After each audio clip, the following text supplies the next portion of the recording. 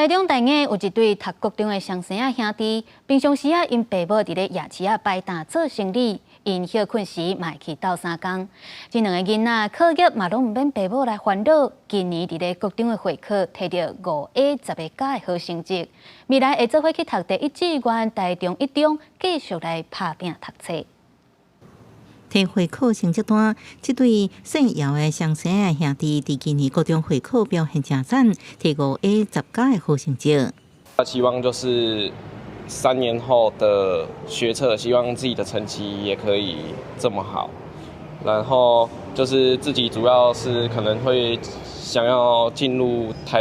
像台积电这样的大公司，因为2个在不同的班级会有不同的老师。所以可能有一些小诀窍啊，或者是说那个老师怎么教的，就互相分享、互相教对方这样。爸爸妈妈不会强制，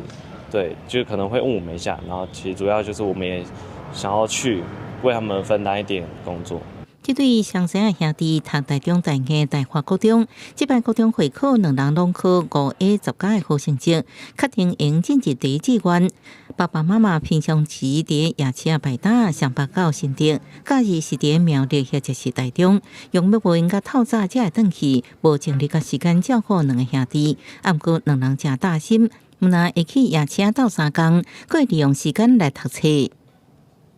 平常从小5开始就帮忙家里摆夜市，尤其在假日的时候更是非常的辛苦。我不确定你读很多书，你一定会很成功，但是我知道你拥有很多知识，你的选择可以有很多。